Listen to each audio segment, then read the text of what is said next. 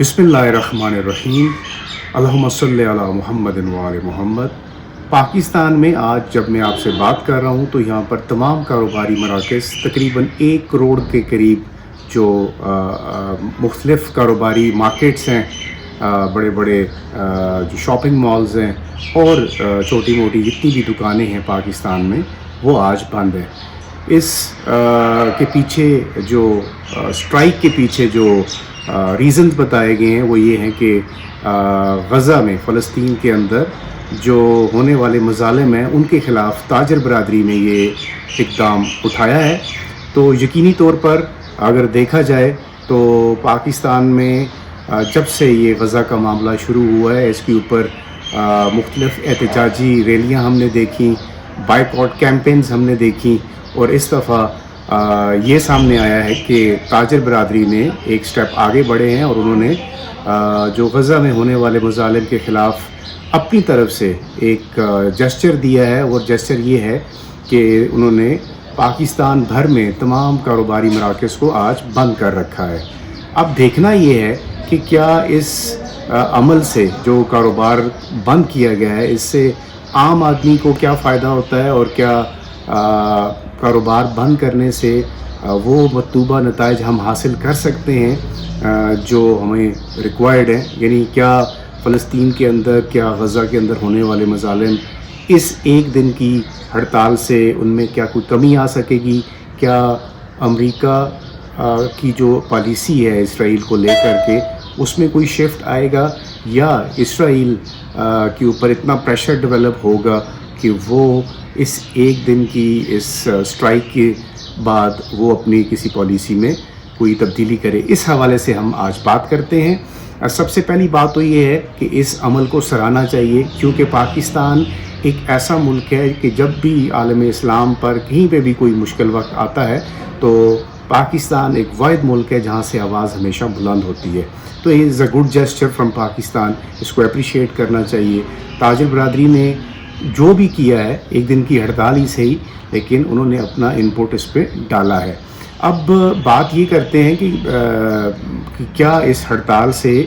دکانیں بند کر کے لینے سے، کاروبار بند کر لینے سے غزہ کے مسلمانوں کو، جو ان کے اوپر وہاں پر آئے روز بمباری ہو رہی ہے، اور وہاں پر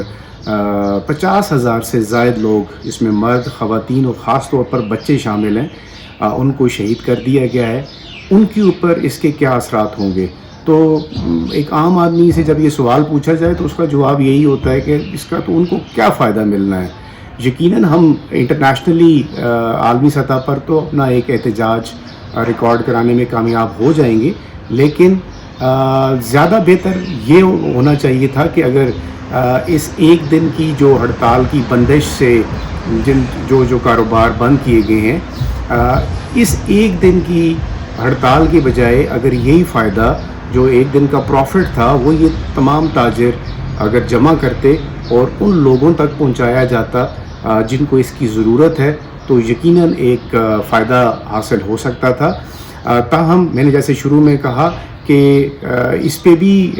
خوشی ہے اور اس پہ بھی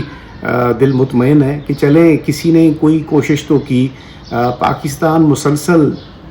فارن آفس کی بریفنگز ہر ہفتے ہوتی ہیں، اس میں پاکستان کی جانب سے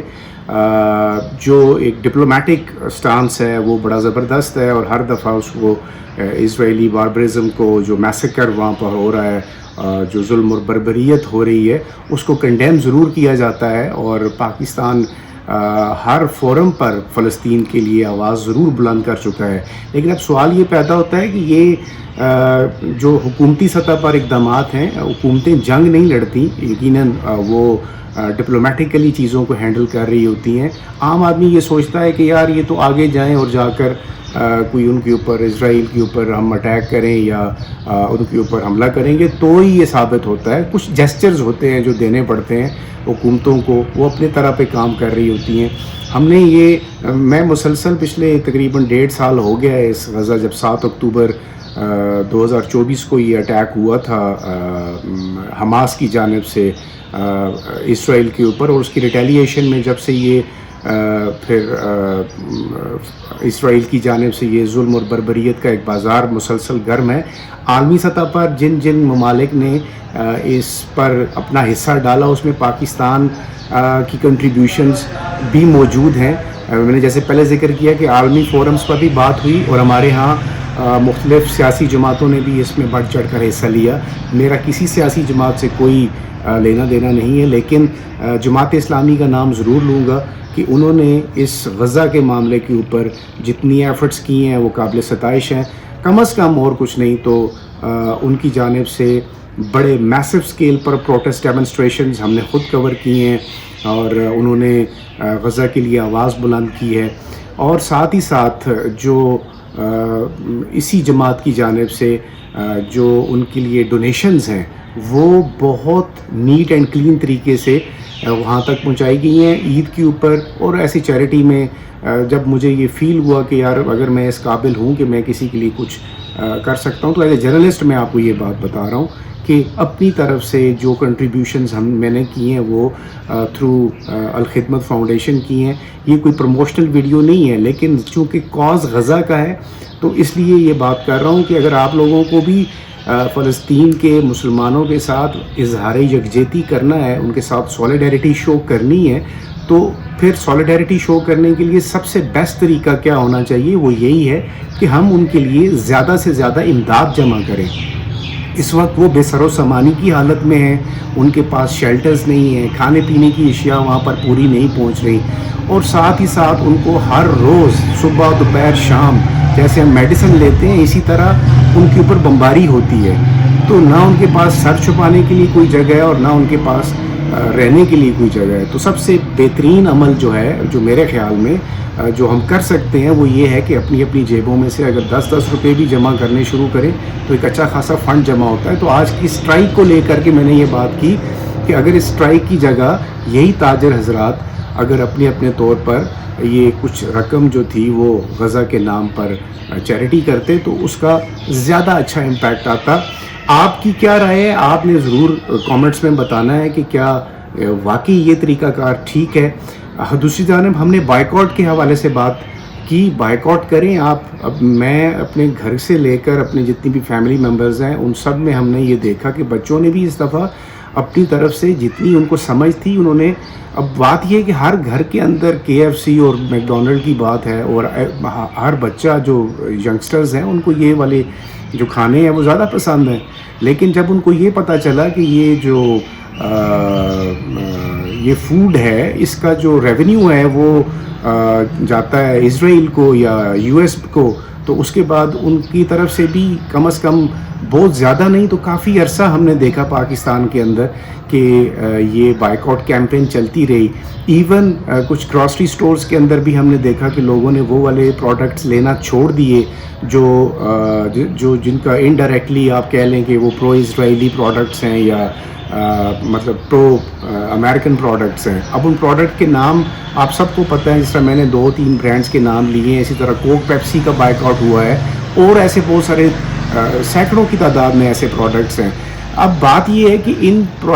بائیکاٹ کی حد تک بات بالکل درست سمجھ آتی ہے، لیکن